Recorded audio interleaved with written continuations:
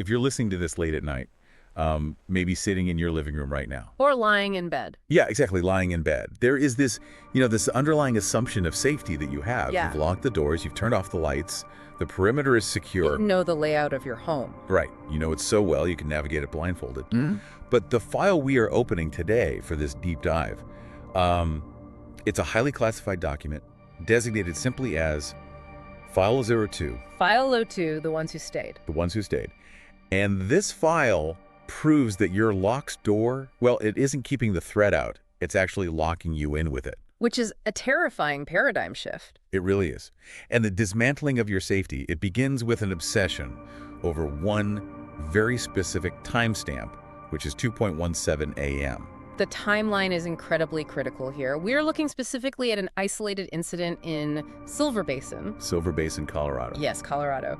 And it details the events surrounding two individuals, Margaret and David. And this begins on the night of October 17th.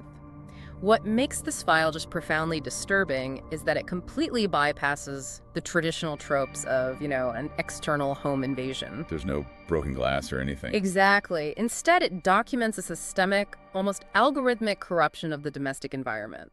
Like the house itself. The house itself ceases to be a shelter. It becomes an active, hostile organism. I read through this account, I think 3 times, and honestly, every single time I walked past a dark doorway in my own house, my heart rate just spiked. I don't blame you. Because the horror that Margaret and David experienced, it didn't start with a shattered window or a loud cinematic crash like in the movies. Oh, it's much more subtle. It started with a physical trigger that almost all of us experience weekly. I mean, Margaret woke up at exactly 2:17 a.m. to the sound of a tiny creak in the hallway. Which is identified in the broader Silver Basin anomaly parameters as the whisper before the dread. The whisper before the dread. I love and hate that term. It's very descriptive, and we really need to analyze the neurology of that specific moment. Okay, yeah, let's get into that. Because a loud crash, say, a tree branch breaking your bedroom window. Right, something obvious. That activates the amygdala instantly. Your sympathetic nervous system dumps adrenaline, your pupils dilate, and you enter an immediate fight or flight response. Because the threat is overt. You react. Exactly. But a tiny creak, a slight shifting of weight on a floorboard. It introduces doubt. Yes. I was actually thinking about this while prepping for the deep dive. If someone kicks my door in, I'm calling the police immediately. Of course. But if I hear a floorboard groan right outside my bedroom, my first instinct isn't defense, it's denial. You try to explain it away? Yeah, I lie there, holding my breath, just trying to rationalize it. I'm thinking, is it the house settling? Did the temperature drop? Am I just hearing things? And that internal debate, that is a fatal vulnerability.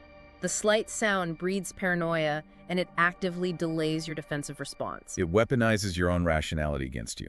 It really does. In Margaret's case, she wakes up to the slight sound, a shifting of weight, a rustle of fabric. Right. And her brain immediately supplies a comforting rationalization. She assumes it is David. Because that makes sense. Right. She thinks her husband has simply gotten out of bed to get a glass of water or use the restroom. But then she rolls over, and David is sound asleep right next to her. And this psychological fracture occurs in that exact millisecond. Oh, man. It's the realization that the assumption you just made about your reality is entirely false. I actually want to push back on the idea that this is just some random haunted house noise, though. Okay, how so? Well, the file details what they call the identification method.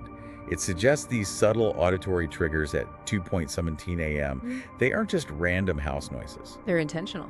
Yeah, they are an invitation.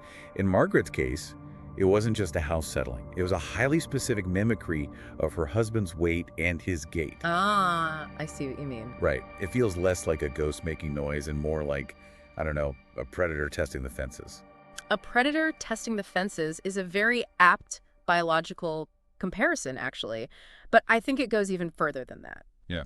It is establishing a parameter of control.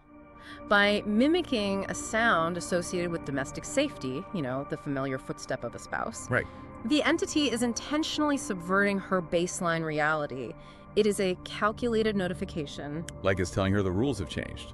Exactly. It is telling her that the rules of logic, physics, and safety, they just no longer apply. Which isolates her instantly. I mean, she is lying next to her sleeping husband, But she's completely cut off from him by this realization. She is entirely alone in that moment. And this sets the stage for the next phase, which is where the file transitions from auditory deception to visual deception. Yes, the visual aspect. Because Margaret, she doesn't just pull the covers up and hide, she actually gets out of bed to investigate. Which is an understandable, if disastrous, human impulse. Totally. So she enters the hallway. Right. And she encounters the uncanny valley of her own home. She steps into the hall, and she sees, well, herself. Yes. Or rather, her emotionless double. The visual double. This is a recurring manifestation in the Silver Basin anomaly. Right, we see it a lot in these reports. We do, but Margaret's account provides devastatingly specific clinical details about it. Like what she saw, exactly. Exactly. She describes encountering a figure that perfectly mimics her physical form, but it exhibits an absolute lack of emotion, speech, or even micro-movements. It's just perfectly still. It doesn't attack her, it doesn't lunge or scream, it simply stands there, observing her. I kept trying to wrap my head around why that stillness is so terrifying. It's deeply unsettling. And I realized it's an evolutionary response. Like we talk about the uncanny valley with robotics or CGI. Right, when something looks almost perfectly human. Yeah, but there is a 1% discrepancy. Our primitive lizard brain screams, that is a corpse, that is a threat, get away. Yes, the rejection is visceral. But to apply that to your own face, to look down a dark hallway and see yourself, but without the soul animating it. The evolutionary biology behind the uncanny valley is fascinating in this context. Tell me about it. So, the human fusiform gyrus is an area of the brain specifically dedicated to facial recognition. Okay. And it is hyper-tuned to read micro-expressions. The subtle tightening of muscles around the eyes, the involuntary dilation of pupils, the rhythm of breath. And the little things that mean someone is alive. Precisely. When Margaret looks at the double, her fusiform gyrus is recognizing her own features, but her amygdala is detecting an absolute absence of life. Wow. It is not just a corpse, it is a mimic. It triggers the primal fear of a diseased or parasitic entity that has stolen the shape of a human. And the detail in the file that honestly made my blood run cold was the eyes. Yes, the empty eyes. Margaret explicitly noted the figure's empty eyes. And she didn't mean they were blacked out or missing or anything like that. No, physically they were there. Right, she meant there was nothing behind them, no processing, no recognition, just a void in a human casing. And a void implies a lack of internal architecture. What do you mean? The entity has copied the exterior shell, right? But it cannot replicate human consciousness. This silent observation is a tactic. It's doing it on purpose. Yes. It signals to Margaret that the house has fundamentally absorbed a new presence. But wait, if we look at the physics of this, this isn't just a psychological projection. No, it's a physical event. Margaret wasn't just stressed out and hallucinating her own reflection. Because what the double does next violates every law of spatial geometry. The retreat. Yeah, it doesn't walk away down the hall, it retreats backward, and it simply passes through the solid wall of the hallway. It clips through the architecture. Clips through the architecture, exactly. And this brings us to a terrifying conclusion about the entity's relationship with the environment. Which is? If the double can pass through a load-bearing wall, it means the house itself is complicit. Oh, man. The physical geometry of the home is corrupted. The walls are no longer barriers. They are membranes that the entity can navigate freely. It's like the house is a digital environment, and the entity has developer access. That's a great way to put it. It can just walk right through the code. And this completely breaks the concept of the home as a sanctuary. Because you can't lock it out. Exactly. Yeah. Your walls are supposed to protect you. If things can move through them, you are never, ever safe. And that architectural corruption sets up the most baffling paradox in File 02. We have to look at the timeline of October 17th. Right, let's crack the hours. So Margaret is in the hallway at 2:17 a.m. She sees the double retreat through the wall. There you go. She is terrified, obviously. She wakes David, and they spend the rest of the night awake, huddled together in their bedroom. Right, they lock the bedroom door, they turn on the lights, they do not leave that room. They stay right there. But then we reach 6:00 a.m. Morning. Sunlight breaks. David finally leaves the bedroom to check the house, and he makes a discovery in the basement. This is the part that genuinely gave me a headache because of the implications. It's hard to process. David goes down to the unfinished basement, and he finds Margaret down there. And just to be clear, not the double. Right, not the emotionless thing. He finds the actual Margaret shivering in a corner, clutching a piece of charcoal. Yes. And she has scrawled a massive message on the concrete wall. Leave before dark. Leave before dark. But how is that even possible? I was mapping this out on paper. The chronology doesn't work. It doesn't work at all. If Margaret was in the bedroom with David from 2:17 a.m. until 6:00 a.m., holding his hand, who was the Margaret David found in the basement? Or conversely. Right, or conversely, who was the Margaret sitting next to David in the bed for 4 hours? To understand this, we have to introduce the systemic framework outlined in the broader Silver Basin research. The mirror phenomenon. Exactly, the mirror phenomena.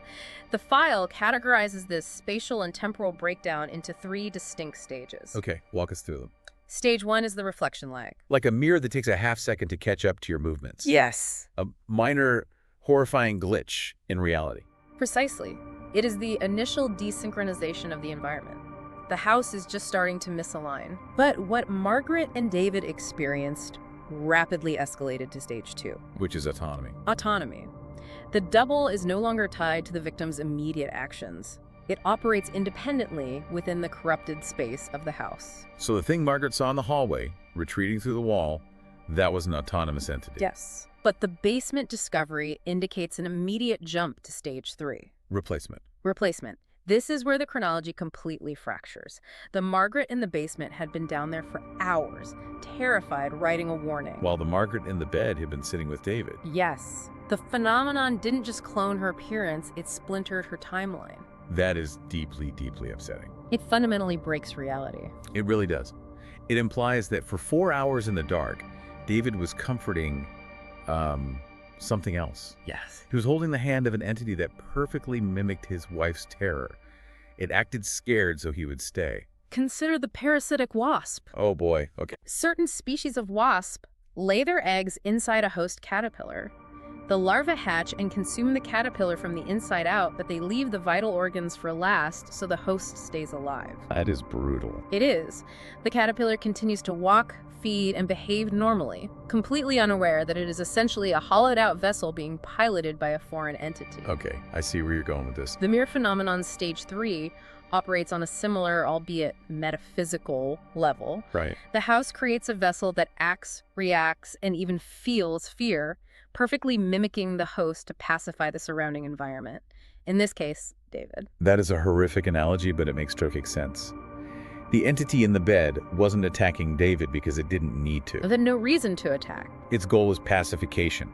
It just needed him to stay in the house until morning. And the message in the basement, leave before dark, written by the true Margaret. Right. That is the desperate warning of a system that realizes it has been compromised. She knew she was being replaced. Exactly. The timeline fracture allowed the real Margaret to experience the absolute dread of the home's true nature, isolated in the basement. While her replacement kept David docile upstairs. Precisely. So, okay, a question that comes up a lot when reviewing this file. Why didn't they leave immediately? It's a logical question. I mean, if I find a second version of my wife in the basement telling me to flee, I am not packing bags. I am running out the front door in my pajamas. You think you would, but you have to account for the psychological paralysis induced by cognitive dissonance. Cognitive dissonance. Yes. When confronted with an impossible reality, the human brain often defaults to severe denial as a defense mechanism. Because the alternative is just too much to handle. Exactly. To accept that there are two Margarets is to accept that reality has broken. Yeah. David and Margaret spend October 18th in a state of profound shock. They don't flee, they try to rationalize. The file says they were blaming carbon monoxide poisoning. Carbon monoxide, shared psychosis, sleepwalking, hallucinations. They're desperately trying to force a supernatural event back into a natural framework. And while they're distracted by their own rationalizations, the house continues to tighten the trap. It's using their denial against them. Exactly.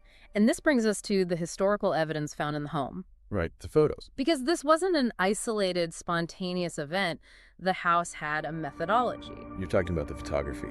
This is where File 02 expands from a single terrifying night into a generational nightmare. A historical pattern. Yeah, Margaret and David have been renovating this house in Silver Basin. And during the teardown of some drywall, they'd found a cache of old historical family photographs from the previous owners. Dating back decades. Right. And photographs They're essentially mechanical memories. That's a good way to look at it. They capture light and shadow in a fraction of a second, stripping away the brain's ability to filter or rationalize what it sees. The camera doesn't have cognitive dissonance. Exactly. I always thought there was something inherently creepy about old photos anyway, but this validates it completely. What does she find in them? So Margaret is looking through these photos on the afternoon of the 18th, just trying to ground herself in reality. While still in shock. Right. She is looking at pictures of a family from the 1950s sitting in the exact living room she is currently standing in. And what does she notice in the background? In the background of one of the photos, standing in the hallway, the exact same hallway where Margaret saw her double, Yes. there is a figure, but it's a faceless figure. Blurred. Yeah, it's blurred, lacking defining features, just silently observing the family in the foreground. Just watching them. And as she looks through the rest of the stack of photos, she realizes the figure is in every single photo. Always in the periphery, always observing. I really struggle with the mechanics of this part. Yeah. I mean, how does an entity span generations? Is it a ghost? Is it demonic? The file suggests something much more structural than a traditional haunting. Okay, structurally how? We must view the house not as a building, but as a corrupted hard drive. A hard drive. Yes. When you delete a file on a computer, it isn't truly gone, right? Right, the pointer to the data is removed. Exactly. The pointer is removed, but the data remains on the disk until it is physically overwritten. So the house stores data. The house in Silver Basin is a mechanism that records and stores the temporal residue of its inhabitants. Okay, wow. The faceless figure in the 1950s photographs is an early iteration of the mirror phenomena. It's like stage one. It is an incomplete download. So the entity wasn't fully formed back then. It was a template. The house absorbs the psychic and emotional energy of the families that live there. It learns their shapes, their routines, their fears. It's studying them, The faceless figure was the house practicing. practicing to be human. Yes. And by the time Margaret and David move in, the system has evolved. It no longer just observes from the background. It perfectly replicates the host. Perfectly replicates the host. It achieves stage 3, replacement. Which means the entity isn't a ghost of someone who died there in the past. No. The entity is the house itself. It's an algorithm running a continuous loop. A loop that needs input. And it brings us to the concept of the fatal game. The house is playing a game with its inhabitants, and the rules are completely rigged. But a rigged game requires participants. Wow. The 2.17 a.m. auditory trigger, that slight creak Margaret heard, Yeah. that was the system logging a new user in. Oh, that's chilling. Welcome, Margaret. The rules of the fatal game have been downloaded to your environment. And the objective of the game is absorption. It wants to consume them and add them to the loop. And this realization finally breaks through David and Margaret's denial. They finally get it. On the morning of October 19th, they decide to abandon the house. They don't even pack. The file states they grabbed their keys and their coats, and they left the front door wide open. They just ran. They got in their car and drove away from Silver Basin. A completely logical, survival-driven response. Yeah, get out of there. But we have to examine the final piece of evidence in File 02. The ending.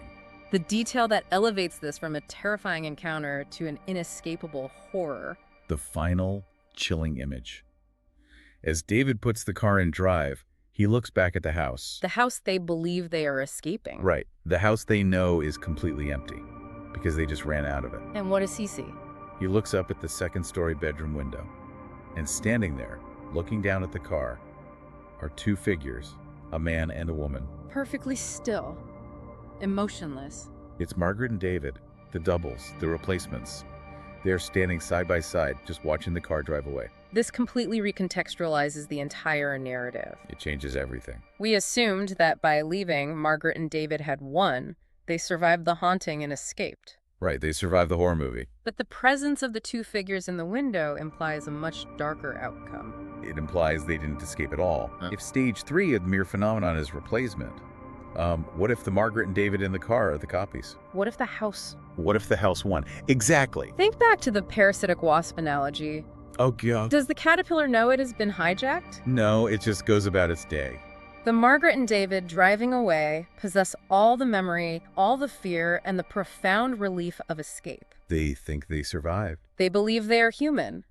But the house has successfully extracted what it needed The originals? The originals, the true Margaret and David, they might be the silent figures trapped behind the glass of that second-story window. Just forever absorbed into the architecture of Silver Basin. Waiting to be the silent observers in the background of the next family's photographs. That is a staggering thought. It completely destroys the concept of victory in a survival scenario. Survival becomes an illusion. You run out the door, you drive away, but you left your soul in the hallway. You are just a biological echo carrying out the rest of your life. Synthesizing the data from Files 02, the core insight here is a total redefinition of domestic dread. It's not about intruders anymore. True horror is not a monster breaking the lock on your front door. Because a monster can be fought. You can defend yourself. A physical threat can be outrun. But true horror is the agonizing realization that the monster is the environment itself. It surrounds you. It is woven into the drywall and the floorboards. Yeah. It wears your face. It splinters your timeline. And it does it with cold, mechanical efficiency. You are geographically in your home, but you have been entirely displaced from reality. The house is a machine, and you are merely data being processed and replaced. It changes how you look at every single corner of your own home, doesn't it? It really does. And the goal of this deep dive wasn't just to walk through the terrifying timeline of Margaret and David. No, it's bigger than that. It was to examine how incredibly fragile our perception of home and safety truly is. Our brains construct this illusion of an impenetrable sanctuary. But subjected to the specific algorithmic stressors of the Silver Basin anomaly. Like the 2.1 sin AM slight sound. The emotionless dub. The impossible timeline of the basement. That illusion doesn't just crack, it is systematically deleted. We're only ever one tiny creak away from realizing we are not alone in the uncanny valley. And on that note, I really want to leave you, the listener, with one final, lingering idea to chew on tonight as you sit in your house. A final thought. Yeah. It's based on the cyclical nature of this fatal game. The file makes it clear that the house absorbs entities to continue its loop. It needs fresh data. It needs replacements to populate its corrupted hard drive. So tonight, when this deep dive ends and the silence returns to your room, If you happen to wake up in the dark, and you glance at your clock and see it is exactly 2.17 a.m., and you hear a tiny, almost imperceptible creak from the hallway outside your door, consider the terrifying possibility that the house isn't actually trying to scare you. It's just initiating stage one. it's an interview. It is interviewing you for the newly opened position of the silent figure standing by the window.